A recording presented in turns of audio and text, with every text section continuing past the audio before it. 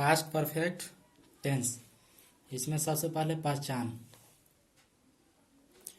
जिस हिंदी वाक्य के क्रिया के अंत में था, चुका था, चुके थी, चुके थे इत्यादि लगा हुआ रहता है तो वैसे वाक्य को पास्ट परफेक्ट टेंस का वाक्य माना जाता है। जिस हिंदी वाक्य के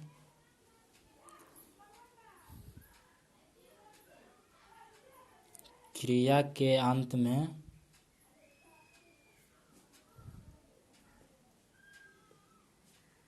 चुका था, चुकी थी, चुके थे आदि लगा हुआ रहे तब वैसे वाक्य को पास्ट परफेक्ट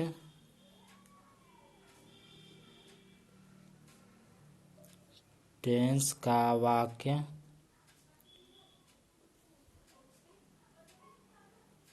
माना जाता है। जिस हिंदी वाक्य के क्रिया के अंत में चुका था, चुकी थी, चुके थे इत्यादि लगा हुआ रहता है तब वैसे वाक्य को पास्ट परफेक्ट टेंस का वाक्य माना जाता है। पहला प्रयोग। इसमें यदि भूतकाल में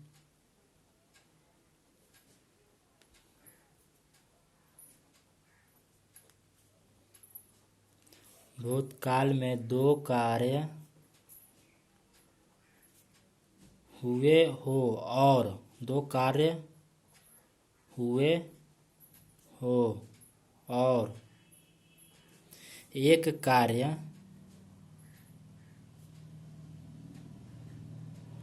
कार्य दूसरे कार्य के पहले एक कार्य दूसरे कार्य के पहले पूर्ण रूप में न समाप्त हो गया हो तो पहले पूर्ण रूप से समाप्त हो गया हो तो पहले समाप्त होने वाले कार्य के लिए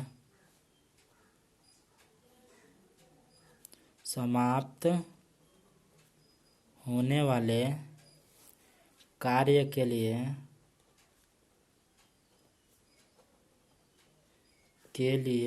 पास्ट परफेक्ट टेंस की क्रिया का प्रयोग होता है। के लिए पास्ट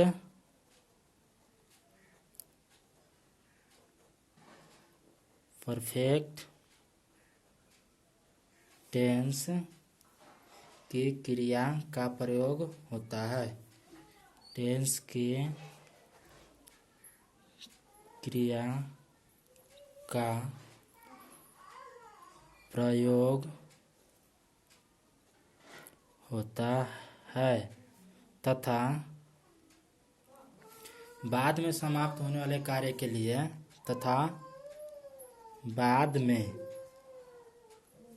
समाप्त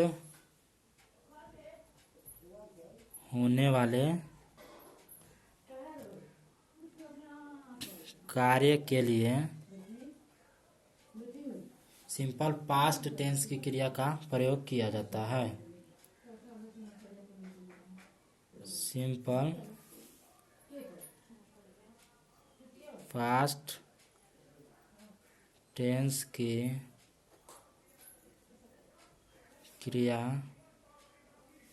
का प्रयोग किया जाता है। इसका पहला प्रयोग। यदि भूतकाल में दो कार्य हुए हो और एक कार्य दूसरे के पहले पूर्ण रूप में से समाप्त हो गया हो तो पहले समाप्त होने वाले कार्य के लिए पास्ट परफेक्ट टेंस की क्रिया का प्रयोग होता है तथा बाद में जो कार्य समाप्त होता है उसके लिए सिंपल पास्ट टेंस की क्रिया का प्रयोग होता है। जैसे मैं एक उदाहरण देते हैं, जैसे के लिए डॉक्टर के आने के पहले रोगी मर चुका था। इस वाक्य में भूतकाल में दो काम हुए हैं, एक तो है रोगी का मरना और दूसरा है डॉक्टर का आना। रोगी का मरना पहले संपन्न हुआ है, ठीक है। जैसे क्या करा है कि डॉक्टर के आने के पहले रोगी मर चुका था, तो रोगी का मरना पहले संपन्न हुआ है, तो इसके लिए क्या होगा, पास्ट परफेक्ट टेंस की क्रिया का प्रयोग होगा। और डॉक्टर का आना बाद में संपन्न हुआ है, क्योंकि डॉक्टर के आने से पहले ही रोगी मर चुका है। तो जब डॉक्टर के आने से पहले रोगी मर चुका है तो रोगी का मरना पहले हुआ, डॉक्टर का आना बाद में हुआ। तो बाद में आएगा तो उसके लिए सिंपल पास्ट टेंस का प्रयोग होगा और उसके लिए जो पहले कार्य हुआ उसके पास्ट परफेक्ट टेंस का प्रयोग होगा। तो इसको लिखकर समझाते हैं। The patient had died.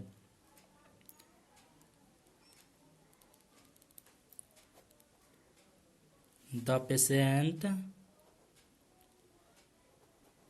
had died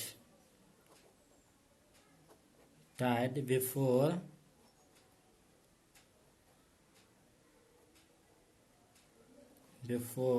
the doctor came. Before the doctor came. इस प्रकार क्या हो, परफेक्ट टेंस की क्रिया से यह बोध होता है कि कोई कार्य भूतकाल में किसी घटना के पहले संपन्न हो चुका था, यानी कि रोगी का मरना पहले संपन्न हुआ, डॉक्टर का आना बाद में। इसलिए इसका बनावट होता है सब्जेक्ट प्लस V3। सब्जेक्ट के बाद हैड लगता है, हैड के बाद V3, हैड सब में लगेगा, सब्जेक्ट प्लस हैड और प्लस V3, उसके बाद ऑब्जेक्ट। और इसमें जो आता है ऑब्जेक्ट के बाद जो दूसरा वर्ब होता है, दो इसमें वर्ब आएगा, ठीक है। तो पहले जो के साथ जो काम हुआ है, जो पहला वर्ब होगा वो वर्ब का तीसरा रूप होगा और जो बाद वाला होगा वो वर्ब का दूसरा रूप होता है।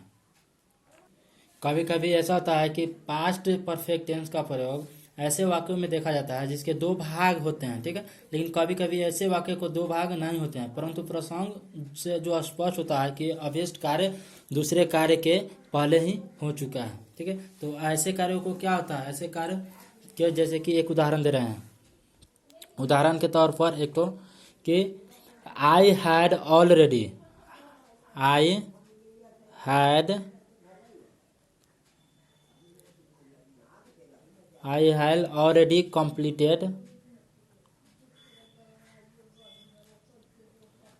completed my work. I had already completed my work. क्या इसका हिंदी होगा, मैंने पहले ही अपना काम पूरा कर लिया था। मैंने पहले ही अपना काम पूरा कर लिया था। I had already completed my work. एक दूसरा, she had reached much earlier. वह बहुत पहले पहुंच चुकी थी। I had never been to Delhi before. इसके पूर्व मैं कभी दिल्ली नहीं गया था। I had never been. दूसरा एग्जाम्पल, आई हैड नेवर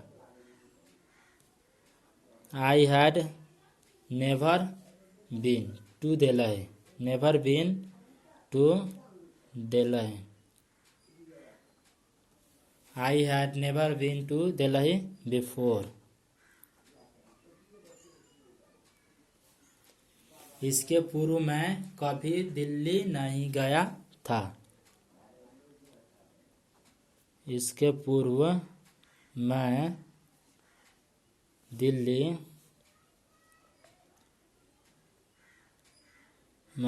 कभी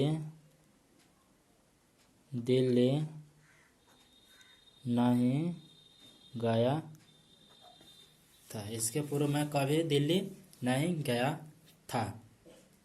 अब इसका स्ट्रक्चर बता रहा हूँ। स्ट्रक्चर बनावट। इसका पहला होता है सब्जेक्ट।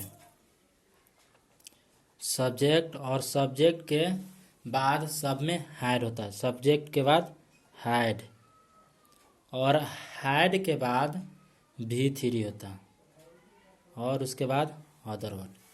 अब कभी कभी एक वाक्य में दो वर्ब आता है, तो जब दो वर्ब आता है तो ये तो V3 है और इसके बाद जो एक्स्ट्रा वर्ड आएगा, एक्स्ट्रा वर्ब, उसके साथ V2 का प्रयोग किया जाता है, जैसे कि पिछले एग्जाम्पल में बताए थे।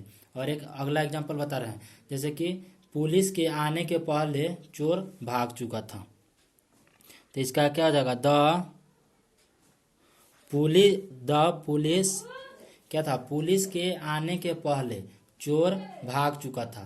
तो पहले क्या हुआ है, चोर का भागना, तो क्या हो जाएगा, the thief, THIEF, the thief had failed, the thief had failed,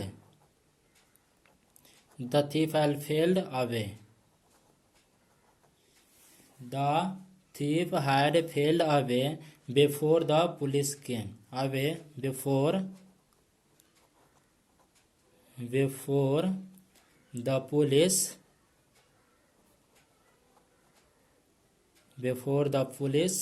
came. क्या हुआ, the thief had failed away the police came. इसका हिंदी हो जाएगा, पुलिस के आने के पहले चोर भाग चुका था। पुलिस के आने के पहले, पुलिस के आने से पहले कौन भाग चुका था, तो पुलिस के आने के पहले चोर भाग चुका था, चोर भाग चुका था। एक दूसरा एग्जाम्पल, मेरे स्टेशन पहुंचने के पहले ही गाड़ी खुल चुकी थी। तो पहले क्या कार्य हुआ था, पहले गाड़ी का खुलना हुआ था, तो क्या होगा, the train had started before I arrive at the station. The train had started, ये फॉर्मूला है, इसी पर ये एग्जाम्पल जैसे बता रहे हैं। तो ये पहला formula subject plus had plus V3 plus object, और बाद में जो आता है वो वर्ब का दूसरा रूप आता है, जैसे कि यहाँ फेल्ड अवे भागना का तीसरा रूप है, और यहाँ केम दूसरा रूप है, जैसे यहाँ तीसरा रूप है और यहाँ दूसरा रूप है। इसी तरह एक और बता रहे हैं, जैसे मेरे आने के क्या था, मेरे स्टेशन पहुँचने के पहले गाड़ी खुल चुकी थी। The train had started, the train had started, the train had started, यानी कि गाड़ी खुल चुकी थी। The train had started before, किसके पहले, before I arrived at the station,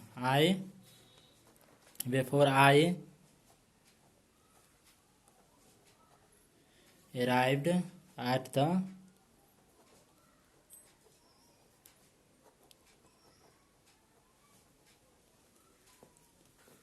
The train had started before I arrived at the station. मेरे station पहुंचने के पहले, मेरे स्टेशन पहुंचने के पहले क्या था, ट्रेन या गाड़ी खुल चुकी थी। मेरे स्टेशन पहुंचने के पहले ही गाड़ी खुल चुकी थी या ट्रेन खुल चुकी थी, गाड़ी खुल चुकी थी। तो गाड़ी का खुलना पहले हुआ था और स्टेशन पहुंचना बाद में हुआ था। एक एग्जांपल, मेरे आने के पहले ही वह जा चुका था, तो he had gone before I came, he had gone, he had gone, he had gone before, he had gone before I came, मेरे आने के पहले क्या हुआ था, मेरे आने से पहले वह जा चुका था। अब दूसरा स्ट्रक्चर, दूसरा में अगर निगेटिव में रहेगा तो तब क्या कैसे बनाएंगे, तो सब्जेक्ट प्लस हैड और हैड के बाद not, subject plus had plus not, V3 plus other word. Negative रहेगा तो इस तरह से, और क्वेश्चन रहेगा तो क्या करेंगे, सबसे पहले क्या कर लेंगे, इसमें से हैड को बाहर निकाल देंगे, हैड सब्जेक्ट, और इंट्रोगेटिव में निगेटिव रहेगा तो सब्जेक्ट हैड प्लस सब्जेक्ट और नॉट यहीं पर बिठा देंगे। उसके बाद V3 अदर वर्ड। अगर WH रहेगा तब तो WH में तो सबसे पहले WH, उसके बाद हैड सब्जेक्ट, और WH में निगेटिव रहेगा तो यहीं पर निगेटिव वर्ड, उसके बाद V3 तब अदर वर्ड। तो इस तरह से ये टेंस कंप्लीट हुआ, पास्ट परफेक्ट टेंस ये कंप्लीट हो गया।